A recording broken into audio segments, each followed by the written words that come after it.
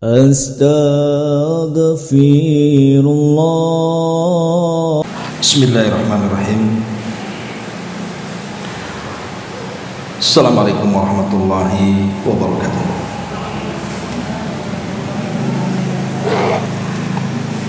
Alhamdulillah wassalatu wassalamu ala rasulillah wa ala alihi wa sahbihi wa mawalah wa la hawla wa la quwwata illa billahi wa ba'd. Alhamdulillah, di pagi hari ini kita bisa duduk di Masjidul Hidayah dan kita meneruskan kajian kita, masih membahas tafsir singkat dari juz amma, dan kita masuk pada surah An-Naba, berita besar. Surah An-Naba ini secara tertib dari mushaf Al-Quran masuk pada tertib surat ke-78 dengan jumlah ayat 40 dan jumlah kalimat 174, kemudian jumlah huruf 766,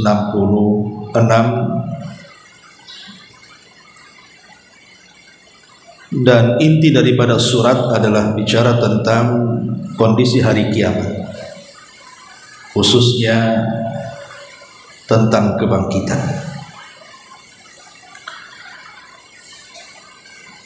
Disebutkan di dalam Sunan Tirmidzi dari Abdullah ibn Abbas radhiyallahu anhuma, qala Abu Bakrin radhiyallahu an, berkata Abu Bakar Siddiq radhiyallahu an kepada Rasul, ya Rasulullah, qad shibta. Qala sayyabatni hudun wal waqi'atu wal mursalatu wa amma yatasaalun wa idza syamsu kuwirat. Wahai Rasul, kenapa rambut memulai beruban? Maka Nabi SAW mengatakan, karena aku memikirkan surah Hud, surah Al-Waqi'ah, surah Al-Mursalat, dan surah Amma Yatasaalun, serta surat Idza Syamsu Kuwirat. Karena surat-surat ini bicara tentang kiamat. Dan Nabi SAW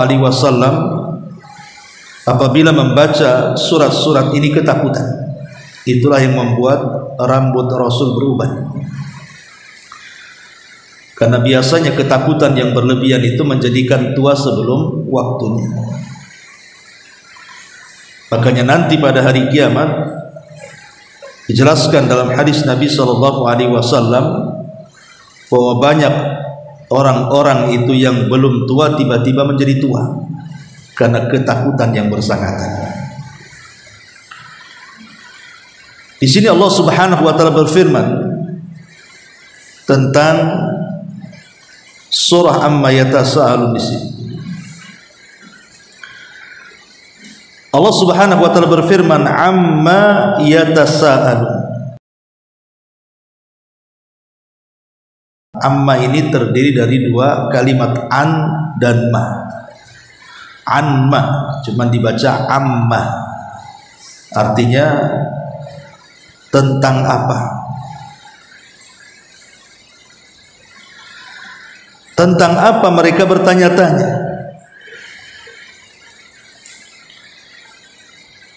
Sebagian para ulama tafsir mengatakan amma yatasaalun, tentang apa mereka, siapa mereka di sini? Orang-orang musyrik Arab bertanya-tanya kepada Rasul kita Muhammad sallallahu alaihi wasallam itu. Maka Allah mengatakan anin naba'il azim, tentang berita besar. Terjadi silang pendapat di antara ulama tafsir, apa yang dimaksud berita besar di sini? yang orang kafir satu dengan yang lainnya saling bertanya-tanya. Bahasa saya merumpi satu dengan yang lainnya. Yang pertama, mereka bertanya-tanya kepada Nabi SAW soal tauhid. Jadi mereka bertanya-tanya tentang dakwah Nabi SAW, maksudnya tentang dakwah tauhid. Itulah yang menjadikan satu dengan yang lainnya saling rumpit. Dakwah apa ini? Oh, dakwahnya aneh. Makanya Allah Subhanahu wa taala menggambarkan keanehan orang-orang kafir Quraisy ketika berhadapan dengan dakwah tauhid. Mereka mengatakan aja'alal alihata ilaha wahidan inna hadza la syai'un ujab. Aja'alal alihata ilaha wahid. Apakah kami harus mengganti sesembahan yang banyak ini dengan satu Tuhan saja? Ini dakwah aneh namanya. Karena kita tahu bahwa orang-orang musyrik itu kan banyak sesembahannya. Di sana ada Lata, ada Uzza, ada Hubal, ada Manat, ada Saif, ada Nailah, dan banyak lagi sesembahan yang disembah orang-orang Quraisy yang di sekitar Ka'bah yang dihancurkan Khalid bin Walid saja 350 kurang lebih sesembahan itu di sekitar Ka'bah saja, belum di tempat-tempat yang lain. Bahkan ada berhala namanya Saif dan Nailah. Saif dan Nailah ini ma'ruf sejarahnya, dua orang ini berzina dalam Ka'bah, kemudian dikutuk. Karena Saif dan Nailah ini kan dua sejoli yang saling mencintai tetapi tidak direstui oleh kedua orang tuanya. Akhirnya kemudian berjanjilah dua sejoli ini berangkat dari Yaman, berjumpa di Ka'bah. Maksudnya ingin berdoa untuk melembutkan hati kedua orang tuanya. Tapi setelah berjumpa di Ka'bah, syahwatnya kemudian mengalahkan keduanya dan hawa nafsu mengalahkan keduanya, malah berzina pula dalam Ka'bah. Maka dikutuk jadi batu. Lah, akhirnya kemudian setelah dikutuk jadi batu, kemudian oleh orang-orang pun diletakkan Saif di Safa dan Nailah di Marwah. Maksudnya supaya jadi pelajaran, siapapun yang menghina Ka'bah dengan cara bermaksiat di dalamnya akan dikutuk seperti Saif dan Nailah. Tetapi setelah generasi yang kemudian meletakkan Saif dan Nailah itu meninggal dunia, datang generasi berikutnya. Mereka tidak tahu menahu soal kenapa Saif diletakkan di Safa, kenapa pula Nailah diletakkan di Marwah.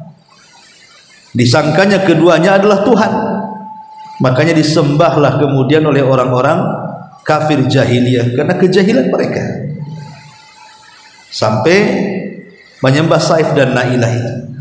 Itulah agama-agama di atas kesyirikan itu di luar nalar manusia, nggak pakai akal lagi. Makanya ketika Nabi SAW datang dan mulai mendakwahkan dakwah tauhid, menjelaskan kebatilan sesembahan mereka, satu dengan yang lain bertanya-tanya, dakwah apa ini? Apakah kami harus menjadikan Tuhan-Tuhan yang banyak ini satu Tuhan saja? Kita hancurkan semua patung dan kita tetapkan satu Tuhan saja? Inna hadza la syai'un ujab. Ini aneh. Makanya Allah mengatakan amma yatasa'al. Tentang apa mereka bertanya-tanya? Bertanya satu dengan yang lainnya. Anin naba'il azim. Rupanya tentang berita besar tauhid. Tentang tauhid itulah mereka membicarakan satu dengan yang lainnya. Ini satu penafsiran. Karena begini, ibu-ibu yang dimuliakan Allah Subhanahu wa taala, sebenarnya dakwah Ibrahim di Mekah itu pengaruhnya masih ada. Ya, buktinya haji umrah masih berlaku walaupun ala jahiliyah. Dan orang-orang yang hanif, yang lurus tauhidnya juga masih ada sebenarnya. Maksudnya masih mengikuti fitrah karena belum ada syariat. Seperti Waraqah ibn Naufal dan yang semacamnya. Tetapi karena kemudian ketika kabilah Jurhum ini, kabilahnya Nabi Allah Ismail, kalah oleh Khuza'ah. Kemudian sedikit demi sedikit ajaran Ismail pudar, sampailah kepada ketokohan Jurhum, Khuza'ah, yang bernama Amr ibn Luhai. Amr ibn Luhai inilah yang pertama kali merubah agama Ibrahim. Jadi dia safar ke Syam, kemudian dilihat di Syam itu ada perkampungan penyembah berhala, tertariklah Amr bin Luhai, kemudian bertanya, ini berhala yang ini untuk apa? Ini berhala yang itu untuk apa? Mereka jawab, yang ini untuk ini, yang itu untuk ini. Ketika kemudian ada satu berhala namanya Hubal, mereka mengatakan bahwa ini berhala bisa mendatangkan hujan. Tertariklah Amr ibn Luhai, karena di Mekah kan gersang. Dibawalah Hubal, kemudian ditenggerkan di dalam Ka'bah. Itulah berhala pertama di Mekah, Hubal tadi. Lah sejak itulah kemudian berkembang berhala, sehingga tidak ada satu rumah dari rumah-rumah orang-orang kafir jahiliyah kecuali ada berhala di situ. Lah penyembahan berhala ini sampai era kemudian lahirnya Nabi SAW dan diangkatnya beliau menjadi Nabi dan Rasul. Disinilah mulai Nabi SAW memberantas agama kesyirikan ini. Tetapi karena kesyirikannya sudah mengakar dan mengurat di tengah-tengah orang-orang Quraisy, sehingga ketika Rasul mulai mengembalikan agama Ibrahim, agama tauhid, menjadi aneh bagi orang-orang musyrik ini, sehingga mereka dikatakan dalam Al-Quran amma yatasa'alu, tentang apa mereka ngerumpi, anin naba'il azim, tentang berita besar, maksudnya tauhid. Ini yang pertama. Yang kedua, penafsiran yang kedua tentang naba'il azim, berita besar, adalah tentang Al-Quran.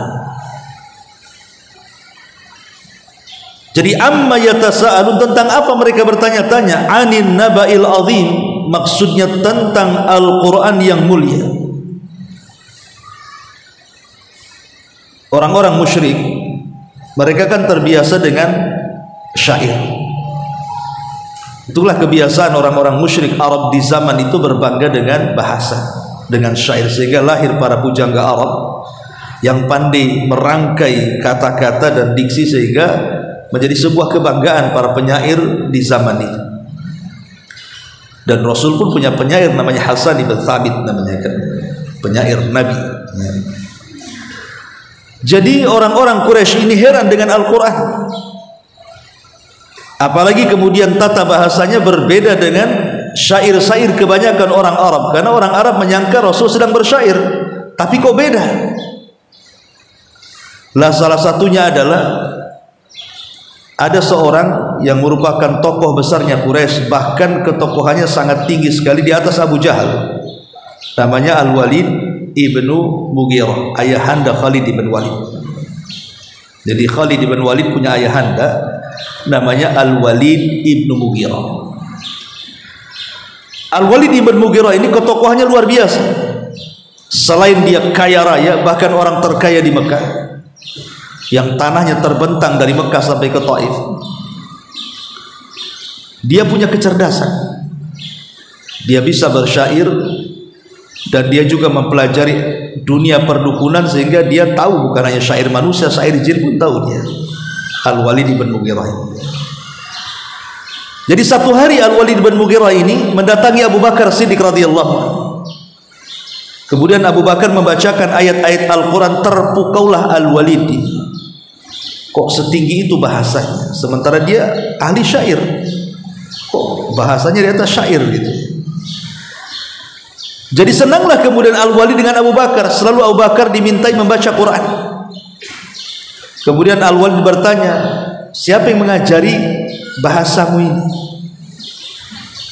Maka Abu Bakar kemudian mengisyaratkan kepada Nabi SAW, yang mengajariku adalah Nabi SAW. Akhirnya kemudian Al-Walid ingin berjumpa dengan sumbernya langsung, berjumpa dengan Nabi. Maka dari sinilah kemudian Nabi SAW selalu membacakan ayat-ayat suci Al-Quran, bahkan mengajak Al-Walid untuk masuk Islam. Al-Walid ini sebenarnya sudah tertarik, hidayah itu sudah mengetuk jiwanya, hampir saja dia masuk Islam. Dan kalau dia masuk Islam membahayakan orang-orang musyrik Arab karena dia kaya, dia seorang tokoh, ya kan. Kedengaranlah berita ini kepada Abu Jahal, Amr ibn Hisham. Marah dia, cuman tidak bisa apa-apa karena ketokohan Al-Walid kan di atas Abu Jahal masalahnya.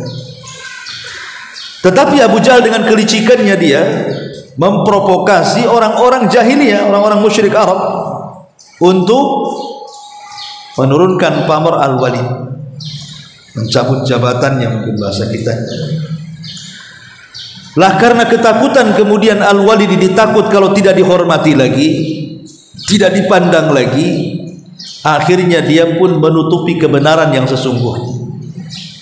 Ketika Abu Jahal mengumpulkan banyak manusia kemudian bertanya soal Muhammad, tiba-tiba Al-Walid berpikir, kalau saya jelaskan sesungguhnya siapa Muhammad, apa itu Al-Quran, ini akan membahayakan posisinya. Tiba-tiba kemudian Al-Walid mengeluarkan kata-kata yang dicatat dalam Quran. Apa itu? In huwa illa qaulun bashar, in huwa illa wahyun yu'thar, in huwa illa qaulun bashar. Sesungguhnya Al-Quran itu ucapan Muhammad saja, ucapan manusia, dan dia bagian daripada sihir impor katanya. Muhammad itu punya guru, bukan orang Arab, diajari Quran. Nah, inilah sihir impornya.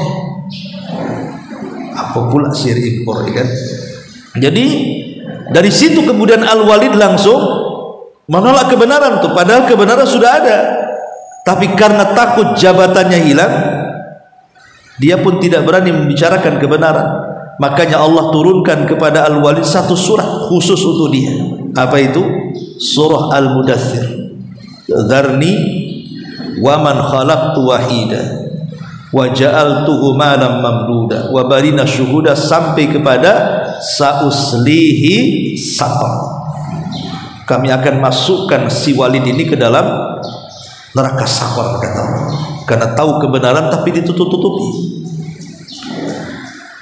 Makanya kemudian Al-Quran ini menjadi bahan pembicaraan. Sekelas Al-Walid saja bisa terpengaruh. Makanya Allah mengatakan amma yatasa'alun, tentang apa mereka bertanya-tanya itu? Anin naba'il azim, rupanya tentang Al-Quran. Dan Al-Quran itu kan mukjizat yang luar biasa. Sepanjang Nabi SAW berdakwah di kota Mekah, berhadapan dengan berbagai macam pujangga-pujangga Arab, tidak ada satupun dari para pujangga itu yang sanggup merangkai seperti Al-Quran. Bahkan Allah menantang, wa in kuntum fi raibin mimma nazzalna ala abdina fa'tu bi suratin min mithli wad'u syuhada'akum in kuntum shadiqin. Kalau kalian ragu dengan Quran, datangkanlah semisal satu surat aja dalam Al-Quran jika kalian itu benar. Tapi Allah mengatakan fa illam taf'alu walan taf'alu, kalian tidak akan sanggup dan memang tidak akan mungkin bisa. Amma yatasa'alu, tentang apa mereka bertanya-tanya? Maksudnya orang Quraisy satu dengan yang lainnya. Anin naba'il azim, tentang berita besar, maksudnya Al-Quran. Ini yang pertama. Karena Al-Quran sendiri menarik manusia. Ingat kisah pertemuan Abu Jahal, kemudian Abi Sufyan, dan satu lagi saya lupa namanya. Jadi setiap malam Abi Sufyan, Abu Jahal, dan tokoh-tokoh Quraisy itu mereka mencari-cari Nabi SAW di mana Rasul gerangan. Jadi kalau Rasul ada di sana sedang sholat, mereka datang ke sini. Apabila Rasul sholat di sana, mereka datang ke sana. Karena kebiasaan Nabi SAW setelah turun surah Muzammil, maka Rasul tidak pernah meninggalkan sholat malam. Dan Rasul selalu membaca Al-Quran dalam sholat malam. Lah Abu Jahal, Abi Sufyan, dan satunya itu Mereka terkadang mengendap-endap, kemudian mendengarkan apa yang dibaca Nabi semalaman suntuk dalam sholatnya, dan mereka menikmati, tapi tidak ada koordinasi satu dengan yang lainnya. Abu Jahal di sana, Abu Sufyan di sini, yang satu di sini, tidak saling tahu satu dengan yang lainnya. Mereka datang sendiri-sendiri. Tapi satu malam Nabi SAW, entah karena ada uzur atau sakit, tidak melakukan sholat malam. Tapi orang-orang ini sudah datang ingin mendengarkan. Rupanya ketika Nabi SAW tidak ada, mereka pulanglah. Di tengah jalan itulah saling papasan. Abu Jahal berpapasan dengan Abi Sufyan, Abi Sufyan berpapasan dengan Abu Jahal dan yang lainnya. Kemudian saling bertanya, kenapa kena di sini? Saling menyalahkan satu dengan yang lainnya. Kemudian mereka sepakat untuk tidak mengulang dan jangan sampai bocor berita ini kepada orang-orang Quraisy, karena akan memalukan masalahnya. Kok di siang hari mereka menyerang Rasul, memerangi Rasul, kok di malam hari mereka mendengarkan lantunan Quran dan merasa lezat dengan itu. Akhirnya sepakat mereka tidak akan datang lagi. Tapi Quran ini besi berani, kalau sudah mendengar Quran pasti akan tertarik lagi. Rupanya di malam berikutnya mereka datang lagi tanpa koordinasi itu. Kemudian satu malam tidak hadir Rasul, mereka berpapasan lagi. Kaget lagi satu dengan yang lainnya, loh kok kamu lagi di sini kita. Akhirnya berjanji untuk tidak saling datang lagi, dan begitu seterusnya. Dari sini mengetahui bahwa sesungguhnya sekelas Abu Jahal, Abi Sufyan dan yang lainnya itu, mereka tidak bisa mengingkari keajaiban Quran. Lalu kenapa kemudian Abu Jahal tidak mau masuk Islam? Inilah yang ditanyakan kepada Abu Jahal oleh salah satu tokoh orang musyrik, saya lupa namanya, Akhnas ibn Syurek. Akhnas ibn Syurek. Jadi namanya Akhnas ibn Syurek ini pernah bicara empat mata dengan Abu Jahal. Kata Akhnas, ya Abu Jahal, apa pendapatmu tentang Muhammad ini? Kata Abu Jahal, demi Allah aku tidak melihat dia mengeluarkan kata-kata dusta. Lah Abu Jahal mengakui kejujuran Nabi SAW. Jadi Akhnas ini mendesak, loh kalau engkau mengakui kejujuran Muhammad, kebenaran Muhammad, kenapa kau tidak ikut agamanya? Dari sinilah Abu Jahal kemudian bercerita apa alasannya kenapa dia menolak Nabi. Kata Abu Jahal, Akhnas, kamu tahulah kabilah yang paling besar di Quraisy ini cuma dua. Kalau tidak Bani Hashim, kabilah saya Bani Mahzum. Cuma dua. Kabilah yang lain kecil-kecil. Jadi kabilah yang paling besar di Quraisy itu kalau tidak Bani Hashim, Bani Mahzum. Bani Hashim ya kabilahnya Nabi, Bani Mahzum ya kabilahnya Abu Jahal. Dan dua kabilah ini saling bersaing untuk mendapatkan hati di tengah-tengah orang Quraisy. Terkadang Arab dipegang oleh Bani Hashim, terkadang Arab dipegang Bani Mahzum. Di zaman Abdul Muttalib yang pegang Bani Hashim, tapi Abdul Muttalib meninggal yang pegang Bani Mahzum, Abu Jahal pemimpinnya. Jadi kata Abu Jahal, kamu tahulah sainganku nih, Bani Hashim. Kalau mereka melakukan sesuatu, kami pun melakukan yang sama. Jadi kalau mereka berbuat baik, memberi minum jemaah haji, kami pun sama. Memberi makan jemaah haji, kami pun sama. Kalau mereka membuat aksi sosial, menyantuni anak yatim, fakir miskin, kami pun sama. Yang jelas supaya kedudukan kami sama dengan Bani Hashim di tengah-tengah orang Quraisy. Dan sampai saat ini kami mempertahankan itu. Tiba-tiba kata Abu Jahal, Bani Hashim nyeletuk dan mengatakan, lana nabi walastumun nabi. Kami punya nabi, kalian tak punya nabi. Ini saingan apa kalau begini? Gak bisa disaingi lah. Kalau kami benarkan, Bani Hashim akan naik kedudukannya, Bani Mahzum akan turun. Dan tidak mungkin juga kami jawab, kami juga punya nabi. Mana nabinya kan begitu kan? Sehingga dari sini kalau kami benarkan kenabiannya, runtuhlah Bani Mahzum. Kami tidak mau. Dari sini kita tahu bahwa yang menghalangi Abu Jahal tidak masuk Islam apa? Hasad dan kedengkian, takabur. Hasad, dengki dan takabur itu yang menghalangi Abu Jahal tidak masuk Islam. Padahal dia tahu yang benar. Kembali di sini Allah mengatakan amma yatasaalun 'anin naba'il 'adzim, tentang apa mereka bertanya-tanya? tentang berita besar maksudnya Al-Quran. Ini pendapat kedua. Pendapat yang ketiga, amma yatasa'alun 'anil naba'il 'azim, maksudnya berita besar di sini kenabian, kerasulan. Mereka saling bertanya-tanya soal kenabian dan kerasulan Nabi sallallahu alaihi wasallam. Saking herannya dan tidak yakinnya bahwa Nabi sallallahu alaihi wasallam itu seorang nabi dan rasul, para pembesar Quraisy itu sampai mengutus tokoh-tokoh mereka untuk datang ke kota Madinah. Berjumpa dengan siapa? Berjumpa dengan orang Yahudi. Karena di mata orang-orang musyrik Arab ini, orang-orang Yahudi punya pengetahuan, punya kecerdasan. Datang mereka kepada orang-orang Yahudi bercerita kepada tokoh-tokohnya itu, di mana tokoh-tokoh musyrik mengatakan kepada ahbar Yahudi di tempat kami, maksudnya di Mekah, kok ada orang yang berani ngaku nabi dan rasul? Bagaimana menurut kalian? Jadi orang-orang Yahudi ini mengajari pertanyaan kepada tokoh-tokoh musyrik itu. Coba tanyakan kepada orang yang ngaku nabi di Mekah itu, kalau dia sanggup menjawab, benarkan kenabiannya. Kalau dia tidak sanggup menjawab, dustakan kenabiannya. Bayangkan, saking bertanya-tanya soal kenabian, mereka tanya sama orang Yahudi. Maka orang-orang Yahudi mengajarkan soalan-soalan itu dan kunci jawabannya. Suruh ditanyakan kepada Nabi sallallahu alaihi wasallam. Pertama, tanyakan kepada dia soal apa itu ruh. Tanyakan soal ruh. Yang kedua, tanyakan kepada dia soal makanan yang pertama kali dimakan penduduk surga. Kemudian yang ketiga, tanyakan kepada dia soal anak yang mirip mukanya dengan orang tuanya. Apa penyebabnya? Dalam riwayat, tanyakan kepada dia soal seorang raja yang berkeliling dunia yang tidak pernah duduk di singgasananya. Siapa dia dan bagaimana kabarnya?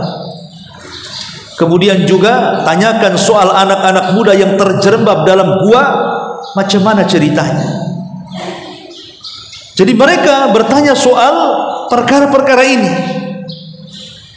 Maka ketika orang-orang musyrik dapat bahan ini, pulang mereka.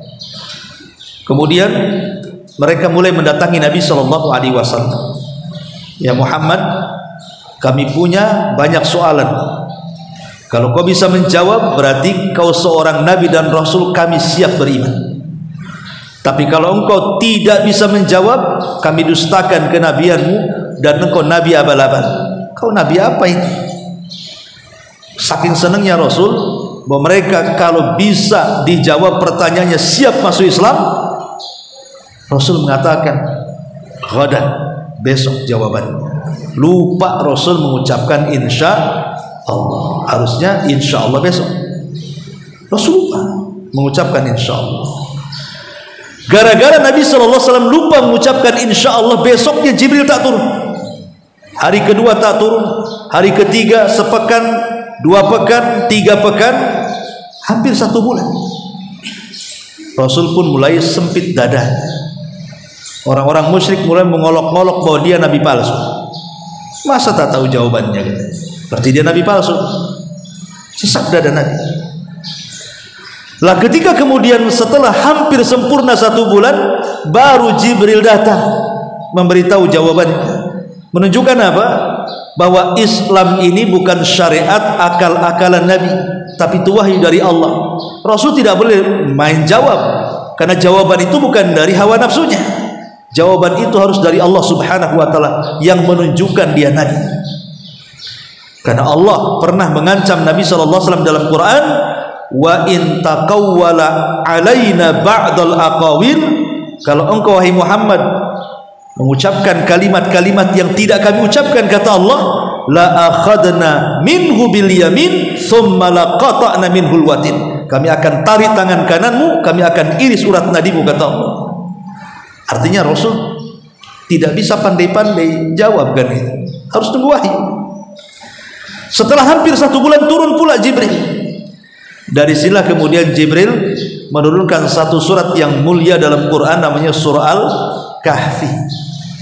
Turun surah Kahfi sebagai jawabannya. Apabila ditanya soal raja yang berkeliling dunia, maksudnya Dzulqarnain. Apabila bicara soal anak-anak muda yang terjerembab dalam gua, itulah Ashabul Kahfi. Adapun ruh, yas'alunaka 'anir ruh, qulir ruhu min amri rabbi. Katakan ruh itu urusan Allah. Adapun masalah anak mirip dengan kedua orang tuanya, ya tergantung siapa yang mendominasi spermanya. Kalau laki-laki ya mirip bapaknya, kalau perempuan ya mirip ibunya, kalau sama-sama ya dua-duanya mirip, kan gitu. Adapun soal makanan penduduk sorga, maka Rasul mengatakan kabidil, potongan dari hati ikan paus, itulah makanan yang pertama kali dimakan penduduk sorga. Artinya terjawab semua dan benar. Apakah mereka beriman? Tidak. Jawabannya sudah benar. Dan mereka berjanji kalau Rasul menjawab dengan benar, mereka siap beriman. Tidak juga mereka beriman. Makanya Allah Subhanahu wa taala mengatakan, "A'anzartahum am lam tunzirhum la yu'minun." Kau beri peringatan mereka atau tidak, tetap mereka tidak akan beriman. Itulah orang-orang kafir. Makanya Allah mengatakan, "Amma yatasaalu," tentang apa mereka bertanya-tanya, ngerumpi sana sini itu. Rupanya anin naba'il azim, tentang berita besar, tentang kenabian dan kerasulan Nabi sallallahu alaihi wasallam. Padahal Nabi sallallahu alaihi wasallam itu sejak kecil sampai dewasa dipuji akhlaknya oleh orang-orang jahiliyah, sampai disebut shadiqul amin, orangnya jujur, orangnya amanah, dan tidak ada yang meragukan. Dari kelas atas sampai kelas bawah semua kenal siapa Rasul. Saking amanahnya, mereka selalu menitip barang-barang berharga mereka di rumah Khadijah, karena mereka tahu amanahnya tidak mungkin hilang kalau mereka melakukan safar. Sampai pun ketika diangkat jadi Nabi dan Rasul pun masih sebagian mereka menitip di rumah Khadijah, dan itu bank syariah pertama dalam Islam. Di rumah Khadijah itulah kantornya. Dan Nabi SAW betul-betul mengelola harta itu dengan amanah, sehingga tidak ada yang mencela Nabi dari segi akhlak. Tapi ketika di usia 40 tahun Rasul diangkat jadi Nabi dan Rasul, mulai kemudian mereka bertanya-tanya soal kenabian itu. Makanya Allah mengatakan, "Amma yatasaalun 'anin naba'il azim," tentang apa mereka bertanya-tanya, tentang berita besar, maksudnya tentang kenabian dan kerasulan. Ini penafsiran yang ketiga. Penafsiran yang keempat, "Amma yatasaalun 'anin naba'il azim," maksudnya 'anil ba'tsi wan nusyur. Tentang apa mereka bertanya-tanya orang kafir Quraisy? Anin naba'il azim, tentang berita besar, maksudnya tentang hari kebangkitan, dan manusia akan dikumpulkan kelak pada hari kiamat untuk dimintai pertanggungjawaban mereka di hadapan Allah. Ini yang mereka tanyakan, dan inilah yang sesuai dengan konteks ayat. Ya, penafsiran yang keempat ini, inilah yang sesuai dari konteks ayat yang kita akan bahas. Maksudnya naba'il azim di sini adalah cerita tentang hari kebangkitan. Karena begini, ma'asyiral muslimat yang dimuliakan Allah Subhanahu wa taala. Jadi orang-orang musyrik Arab ini, mereka banyak mengingkari tentang hari kehidupan setelah kematian. Bagi mereka hidup dan mati itu hanya sekedar waktu.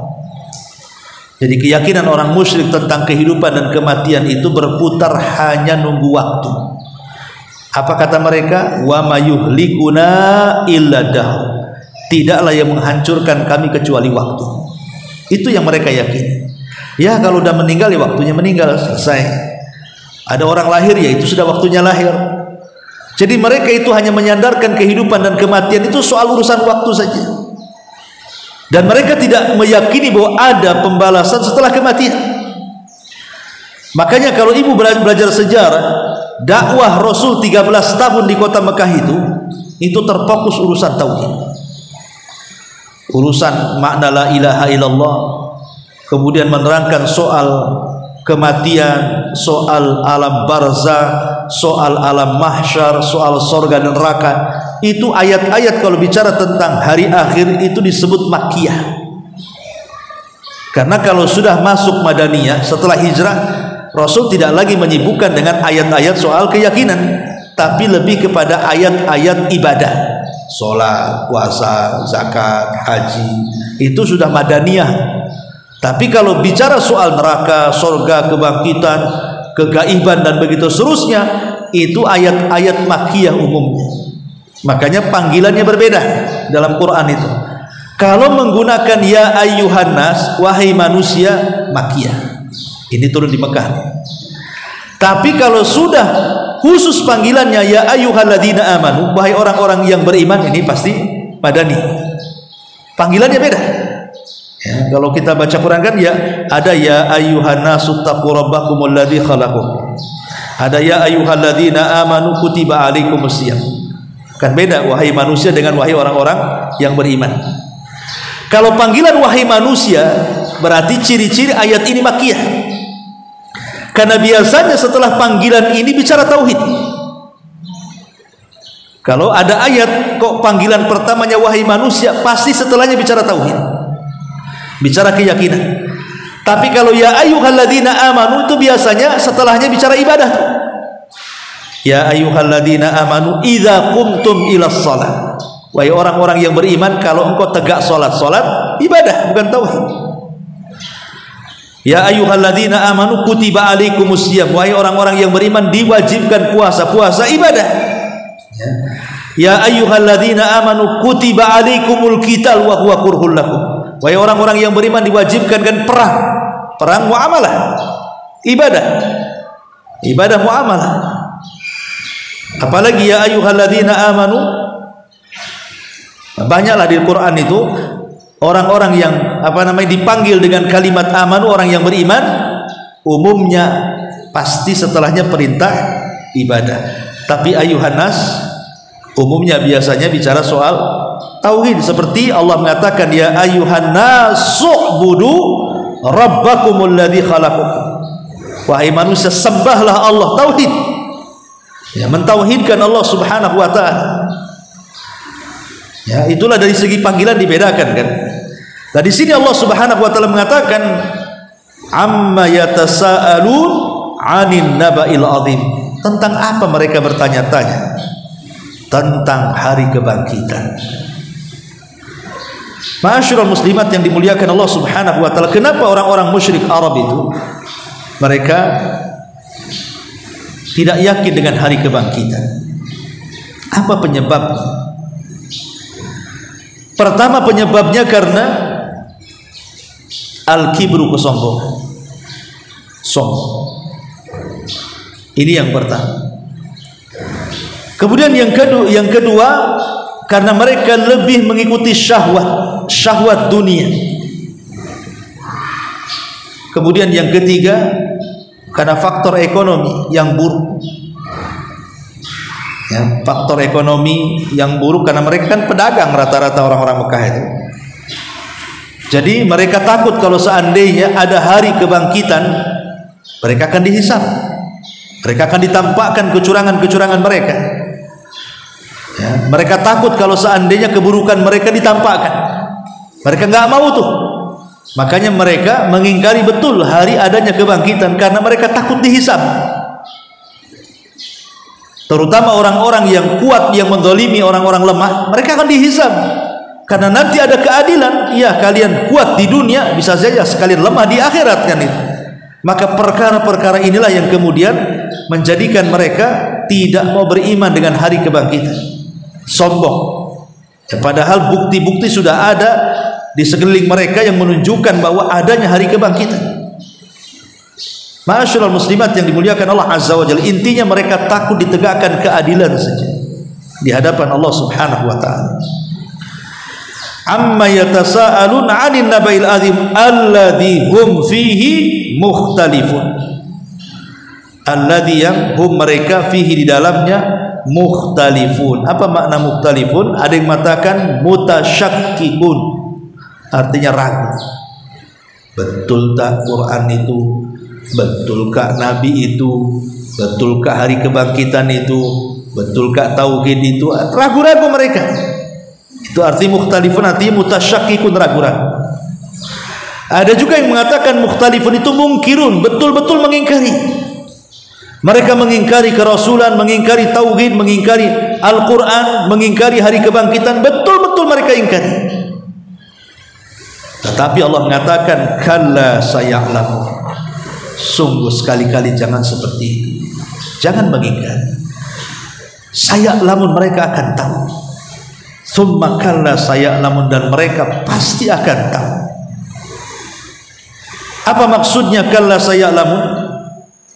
Maksudnya kata para ulama tafsir, ammal amru kama yaz'am haula'il musyrikun saya'lamu haula'il musyrikun aqibata takdzibihim.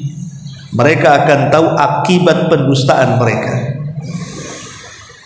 dan kelak Allah akan tampakkan pada hari kiamat akibat kedustaan mereka. Summa kalla saya'lamun, ini ta'kid,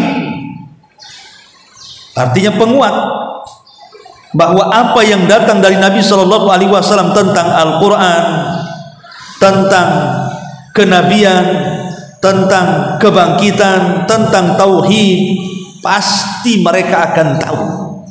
Tidak di dunia, di akhirat mereka akan tahu bahwa dia ada memang seorang Nabi yang mendakwahkan dakwah tauhid, yang membawa Al-Quranul Karim dan menjelaskan tentang hari kebangkitan. Kalian akan tahu. Kemudian mulai Allah Subhanahu wa taala menjelaskan tentang hari kebangkitan yang diingkari oleh orang-orang musyrik itu. Alam naj'alil arda mihada wal jibala autada, dan begitu terusnya, menjelaskan tentang kuasa Allah. Allah sanggup untuk membangkitkan kalian sebagaimana kekuasaan yang Allah telah ciptakan di alam semesta, menunjukkan kesanggupannya. Wallahu alam. Ini sampai di sini dulu. Surah An-Naba insyaallah kita lanjutkan di minggu depan. Maaf, gak ada pertanyaan dulu ya, karena saya ada acara jam 10. Ya, saya kira kita tutup dulu. Subhanallah, bihamdika, syukur.